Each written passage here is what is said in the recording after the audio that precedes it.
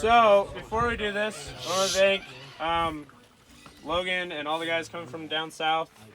Reefs RC was very nice and donated a bunch of stuff for all of the comps. Rock Pirates is the main sponsor, and they've been helping us with local comps before we got big. So a lot of appreciation to them. If you don't know anything about them, just any 10.2, any TRX4, any Element, they make performance grade parts for them. NVS4. Oh, NVS4. I forgot about the Phoenix. So you can turn almost any rig into a comp rig for not very much money. Thank you, kind sir. Thank you over there. Appreciate you, Rango. Rock Pirates. Yeah. Some of the other things, we have a Gesher Racing shirt. Sky RC is also very helpful with keeping everybody's rigs running and also donating to the south, and they've helped with the north a little bit too. West Valley Hobbies, and then Jace did a set of 3D printed foams, or no foams. Jelly donuts. Jelly donuts. And then Dustin also donated shock bands for D's bands, and they help a lot too. So there's a lot of cool stuff. What is up, friends and RC family? My name is Alec from High Noon Hobbies, and if you're new to this channel, I very much appreciate you checking it out. I hope that you will stick around, see if this content is worth your while, and consider subscribing so that I can then say to you, if you aren't new to this channel, welcome back to yet another Sunday upload. This time, as promised, we are going to be taking a look. This is part 3 of the 3-part series of the Northern versus Southern Utah RC Crawlin' Shootout second qualifying round. Man, that is a mouthful for sure. But we are going to be taking a look at Cameron's trucks. We're going to pull off these Lexan bodies and see what type of wizardry he's got going on underneath them. This is a super long video already, so I'm going to waste no more time with this intro. But remember, if you guys do want to support the channel, you can check out the links in the description down below to order a High Noon Hobby morale patch, a hoodie, or whatever else you want. All of that goes towards supporting the channel and supporting the events and all sorts of fun stuff for the community. So thanks so much for watching, guys. I hope that you enjoy this video, and let's just let Cameron drop a knowledge bomb on us, shall we? Oh, by the way, the audio might be a little bit weird in this one, so I do apologize for that. Didn't have a lav mic or anything with me, so we're dealing with phone audio, so I do apologize. But I think it's pretty good for phone audio, so bear with me. Let's start here and just go through one entirely and then go through the other. I think this was the one people were more curious about. This one started as a Spare Time Hobbies chassis with a full Capra drivetrain initially. Okay. So it had the rear axle, it had the Capra tranny, and it performed really great initially. Just as I've gone on and used it, when you're driving and watching and there's things you want it to do that it's not doing. Yeah. It's been kind of, how do I solve that? Yeah. One of them was the gearing in the Capra tranny is a bit high geared. Yeah, I've noticed that. And I wanted more control over it, more fine control, so I popped the 3-gear in, which... The axial 3-gear? Yeah. Okay. This is just a cheap eBay version. Oh, nice. Okay. Like $25 for that. I had to, once you do that, it goes kind of too low. Yeah. With the portals. Yeah. So I just had to gear the pinion back up. Gotcha. But anyway, we were going over it and kind of come up with it occurred to me that the Capra and the 10.3 axles share a lot of the same parts. Yeah. And so I got thinking, if I changed the housing out and ran that narrower in the rear, I didn't have to buy a lot to do it, just to try it out and see. Yeah. But the idea was that you still have your front axle's heavy, keeps you planted. Okay. You get your stabilization from the width on there. Uh-huh. And then your rear axle, you don't really need that extra width. Yeah. And it allows you to clear stuff. You get through the gates easier. It also, in my mind, it turns better, because when your axles are out here, it takes more effort to twist that with more leverage. Yeah. So with the narrower width on the rear, it just pivots the tires better, I think. So, and then there's the DSM. So yeah, I was watching you use this. Yeah, and it performed better, way better than I thought it would. It's a good product. It's there's been a little rub, you know, but it's a good product. And the nice thing I like about it is that it's like a regular bungee where it stretches to a point and then it stops. So it you know will where the end actually is. pull, yeah. But a lot of the time you don't need a lot of force when you're winching. You just need just enough extra to get that little bit of grip, or just keep the nose That's down. what I noticed, that it really seemed like it was just, its function was merely to keep the front down, to give it that like finger Yeah. pressure that you need to get over some of these obstacles. And I didn't expect this. I didn't expect it to be wrapping all the way around the back like that. Yeah, That because surprised me when you pulled it out, but it makes a lot of sense because you want more kinetic energy from a longer band. yeah, mostly just for the reach. Because if you only had it nailed in the back, Yeah. you got that much. So you pull it out there. And now you've got a whole winch line, Yeah. basically. So it really works well. But it's going to depend on where you're doing your competitions too, because they'll point it differently. For what we're doing here, Yeah. it's just the regular winch penalty. Right. And for the ones we do up north, it's the same thing.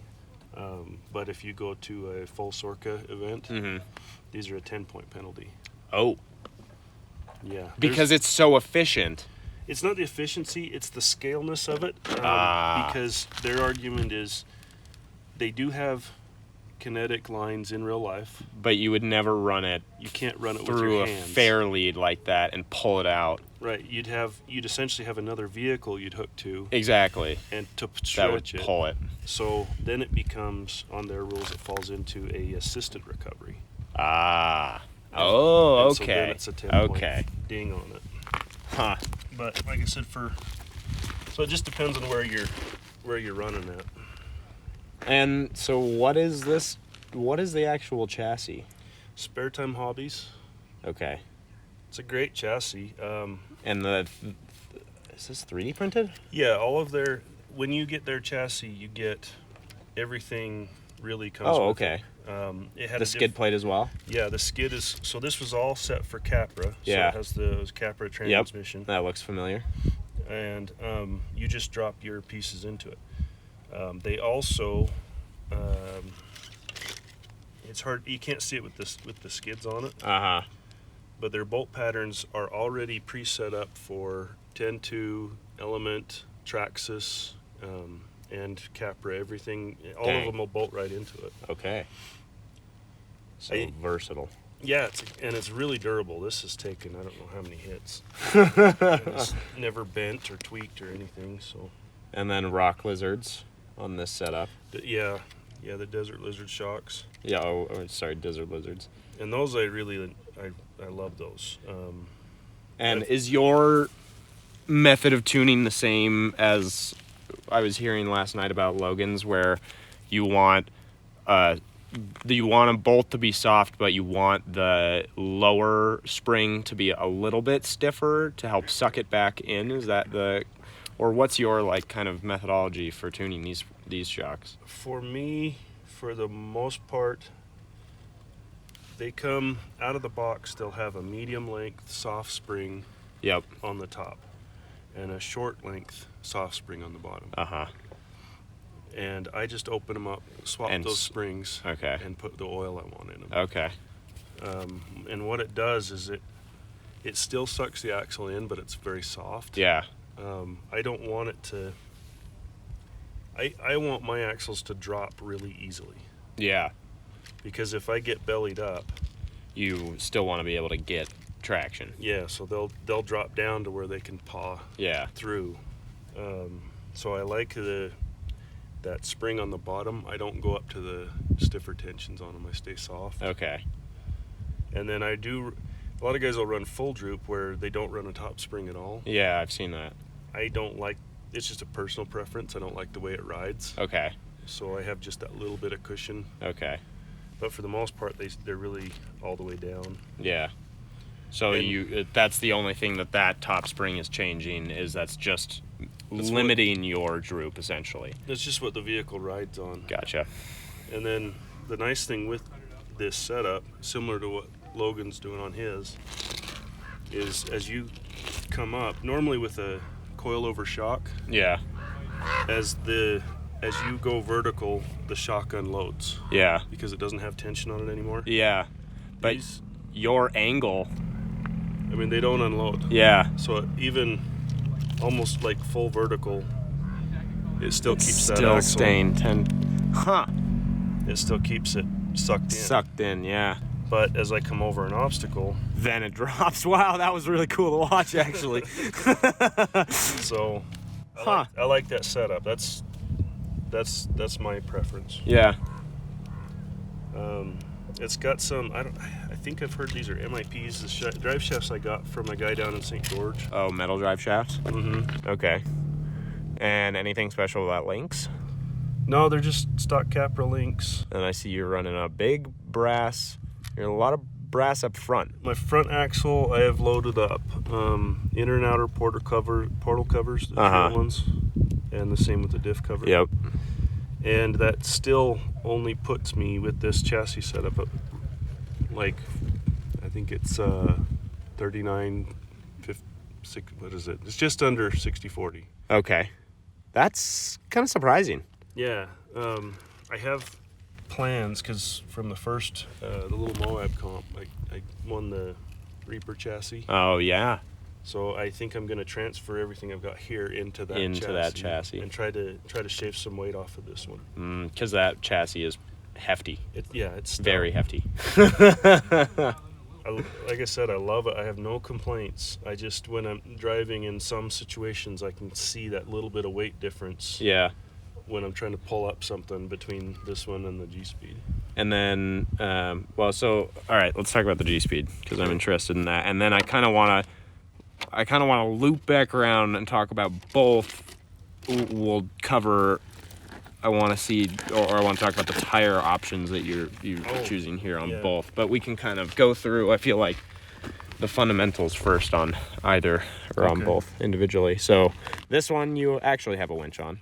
Yeah, this is a somewhat traditional G-Speed setup. A couple different tweaks of mine. That's not what I was trying to do. There we go. This one has more scale stuff involved with it because it's my class 2 that I run at our NUKE competitions. Gotcha. For down here, I stripped Everything off of it. Just clean body. Yep. Less to hang up on. Yeah, less weight. Yep. So it's got, some of the accessories on it. Yep. And this one, I had this all mounted on here, but I can't use this with this. I see. So it just worked out well. Yeah. To pop a couple new holes in it. It's got the umbilical because it's got the. I noticed you had the lights. blinkers and everything going. Yeah. Yep. Headlights, tail lights, turn signals.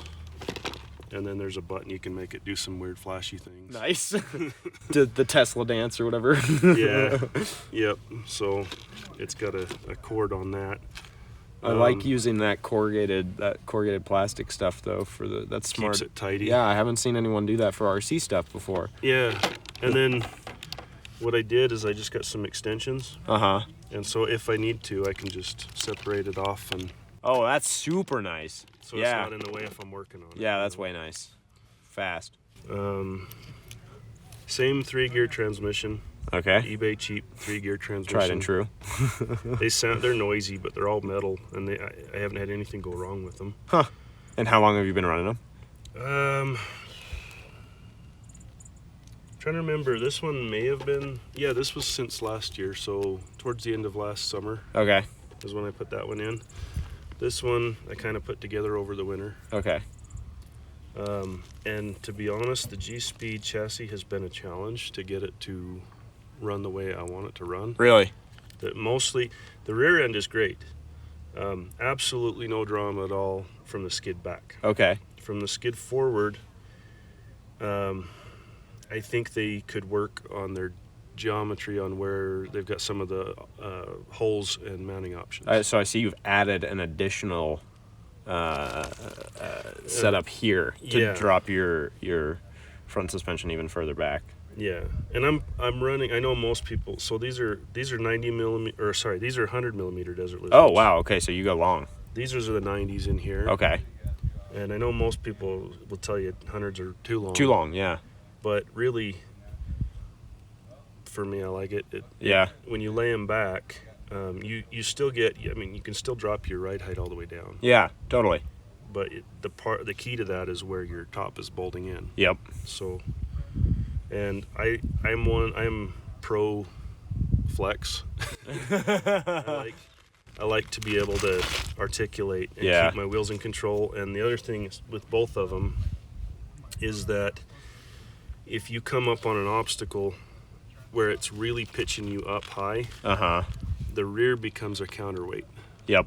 And if it's tucked up here like this, it goes over a lot easier. Ah, I see. In my opinion. Yeah.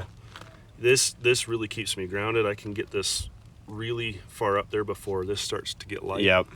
And so it'll keep things under control. I see. And then also to me the benefit of keeping traction with wheels on ground at all times. Totally. Yeah. No, that makes sense. So.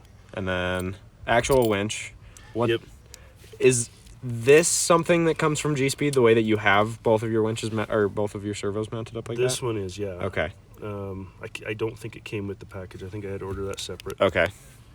But yeah, it's just their dual servo mount. They have a couple different options. The other one is a lay down mount. I was looking at that one. Yeah.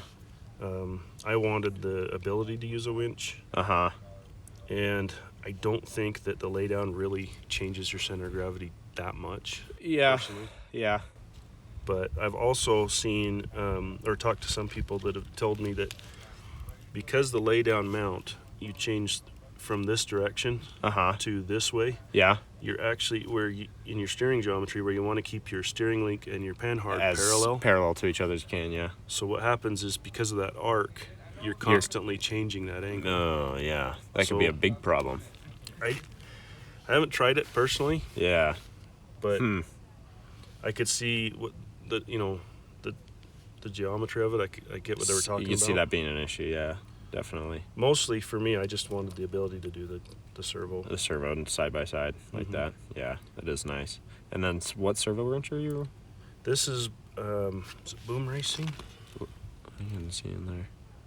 It's the Muscle Winch. I'm trying to remember who made that one. I think it says it right here. Yeah, Boom Racing. Yeah. Okay. Boom Racing Muscle Winch, and it's great. $60. And the Savix Monster, because you already have the metal eBay gear, so you don't care about the sound. Yeah. Yeah, Savix talk to you the whole time. Yep, they do. And this was another one I got from Steve Halliday down in St. George. Nice. With a package that I got from him. Very and nice. It's worked great. It's been used, but still good. You know? Yeah. Same with the bumper. Not sure what else, but I mean. And this is pretty. I mean, this is just besides kind of your weird stuff going on here. It's more or less looks like pretty standard. The only other kind of real different thing for me on this is I'm not using the kind of standard Team Garage Hack mechanicals, the transmissions. What are those called? The Tulos? No. That's one of them. Okay. I can't remember the names on them. Yeah. And why? So what's your reasoning behind using this versus that? Well, cost. Big part is cost. Yeah. Because this right here is a Carbon Works forward motor mount. Okay. Oh yeah, I've seen those. Because traditionally your motor would be here. Yep. And so it just flips it. And it drops it really low. Yep. And all of the weight is forward. I really like the simplicity of the design. Yeah. The Team Garage Hack version, you've got to find a drive shaft to run from the forward motor mount to the transmission. Okay. Oh yeah, it's got a third, like an additional piece, right? Yeah. And as far as I know, those don't come with them. that's. You have to find. I think you're right on that. And so cost-wise, I'm like $25, even say $30 for the transmission. Yeah. $30 for the forward motor mount. Yeah. So I'm into that $60 versus $200 to $300 for Exactly. the other setup. That's what was kind of a turnoff for me, was Mhm. that price. And I think this works just as well, especially if you use a large can motor. Yeah, so that you're getting the advantage of having that weight up front Yeah, and so far down low. yeah. Did you have any issues with clearing links? I did actually, because it has the sporty lean they Yeah. call it on there. Yeah, Initially, it put the motor into the front link. that's kind of what I was thinking. So I think it's a Team Garage Hack 3D printed wedge that you can buy. Oh, okay. I mean, I probably could have had somebody make one, but I just ordered it from them, and it Wedges the whole thing. Mm-hmm. Ah, that's a smart way to handle it. So it took that out of the link, Yeah. and then I just had to. These links I also got and links and axles I got from Stephen Halliday, and they've already they're the high clearance. Uh-huh. Yep. And rather than going up, I just went kind of out with them. Yeah, and so that allows you to clear that can like that. Mm-hmm. Huh. And it all Yeah, it works. seems to work quite well. It's taken a while to kind of figure out how to get it all put together the way I've got it, Yeah, totally. but it does work. Yeah. Okay, so tires on both, because you're running totally different tire setups on both of these. So Yeah, same. what's the logic? So these evolved into what they are because I wanted to try the Three Brothers RC. The Anti-foams. anti-foams? Yeah. Mhm. And when I first looked at them, the ones that made sense to me were the soft ones that come with the tuning rod, so you can Yeah. tune them how you want. Yeah. But I tried them in Proline tires, and they work really well in there. Okay. When I tried them with the Tusks, the J-Concept Tusks, Uh-huh. these have a thinner carcass. Okay, They're yeah. really soft and flexible on the sidewall. Oh, yeah. And even with all the tuning rods that came with them, it was like driving on flat tires. Just totally on the Yeah. rim on the ground. So then I bought some more tuning rods, Uh-huh. used a bunch of those, and it wasn't squatting as bad, Yeah. but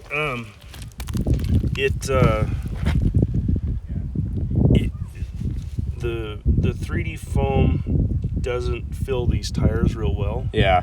And so there was still some slop side to side, and this was before they came out with the additional rings that they sell now. Yeah, I was going to say, because now you can make them wider if you need to. Yeah, and so just in trying different things Yeah. and trying to sort out the problem, I happened to have a cheap set of Amazon 2.2 wheels. Yeah. And I wondered if that would push them out, Oh. and it kind of did. There's still a little bit of a gap, but I like the way they ride now. It's a smart way to fix the problem. Instead of changing the foams, you just push the foams out. Yeah, I normally wouldn't do that. Like with a dual stage, what it's going to do is it tensions up the foam. Yeah. Yeah. So the tire becomes stiffer. It doesn't have as much flex to it. Yeah. Right. But with these, it really helped. And you can almost tune it out if you need to, too. Mm-hmm. If it becomes too firm. Yeah. Huh. So Well, that's a good way to do it. How do you like the J Concepts? These are. I've tried to find. My favorite tire up till now has been the crawlers. Yeah. Proline crawlers. Yeah. And I have tried to find a tire that for me outdid those. Uh-huh. This is the first one that I found that did right out of the package. Mm-hmm. They are. Okay. I mean, they're almost hard to get out of the package. They're So really sticky. Yeah. So when you run the crawlers, do you run the G8 then? I do. Yeah. I tried some The Predators. Predators, Yeah. and I was really unhappy with it. Really? Yeah. It was because I hear those are kind of the same way. They're so sticky you can't get them out of the package. Yeah, but to me, the J Concepts green compound is sort of in between. A good medium between the G8 Yeah. and the Predator. And the Predator, I've heard from a lot of people, is too sticky. It's too soft. So with the crawlers, what would happen is instead of those lugs biting into the terrain, It would just completely they'd roll conform. under. Yeah. Yeah, they were just too gummy. Mm. They probably work really well if you're doing like a 3 or 4 pound rig. Super light. Yeah. Yeah, I could see it. Then it would kind of come into its zone then. for sure. And you're running weight-wise on both of these. What's your weight? Because the G-Speed's got to be lighter, right? Or It is is this? a bit, yeah. Yeah. I don't know if I can. I'm pretty sure this is just above the 6 pound mark. Okay. And I think this one is somewhere between 6.5 and 7. Okay. And that's where, like I said, I want to see if I can shave a little weight off of that. Yeah. Yeah. But yeah, they're. And not sure what so else on that one. foams in that one. This one, Because so you're still doing the J concepts. yeah, You've committed to it. they're great. If you can find them anywhere, because they're I was out of looking stock for them, and they're everywhere. out of stock everywhere online. Yeah. I had been running dual stage in here, the Pro Line dual stage. Uh-huh. They run really well with those. Okay. But I do like how the 3D printed foam gains that it has no The sidewall sidewall. roll. Yeah. Yeah. So I tried again with the Three Brothers on the dual stage Uh-huh. version. So they have the soft with the tuning rods. Yeah. The other option is a dual stage with no tuning rods. Yeah. And that's what I've got in them right now. Okay. And they're a little softer than I would like, Yeah. but they're performing. So Yeah. It I- seemed like it was really hooking up on this rock. And this rock is grippy. It's So. grippy. But if you've got even with as grippy as this is, if you've got a tire that's too firm. Yeah, that's It'll true. slip. It'll still, yeah. So yeah, these I've been happy with those foams so far. And I don't know if you can. It almost seems like there's, yeah, There's just not a lot Yeah. of roll under, that's good. but they're just SSD I like the Steelies, yeah. stamp steel wheels. You know, Yeah, those are good. they're my Good look. go-to. I've got them on most everything. Nice. I like that because it's kind of like a black turtleneck, right? Like, it's like the unassuming, like, but it always looks good on everything. They do. I've got them in about all the finishes that they've got Nice. and the different hold patterns, but they're my go-to wheels. Nice. They're about $25-30 a set. Yeah, They're not- exactly. They're so not cheap. expensive, Yeah. and they work great. These yeah. just happen to be. I bought these ones for a different vehicle. that Those are ran pretty cool 2.2s looking, and- actually. I like it. Yeah, and I actually tried to put these on here, Uh-huh. even though these are a 2.2, because of the offset they have, they won't clear the Capra knuckles. Ah. So Yeah, that is, I had to, that was the first time that I'd ever had clearancing issues was on that Phoenix. Putting those CNCs on because they're just so deep. yeah, And it's like, I ended up having to use like the 450 Vanquish hubs or something like that. That's why I got Monster Truck Phoenix. yeah. And those are 2.2s, aren't they? No, they're 1.9s. Are they? That's why I had to do that. Yeah, they're Oh. they're 1.9 and 1.3 wide. Oh. Oh, and yeah, speaking of width, these ones, when I got the dual stage foams, Yeah. I did also order those outer rings, Oh, okay. and it's a much better setup than what I had trying to get these to work. Really? Okay.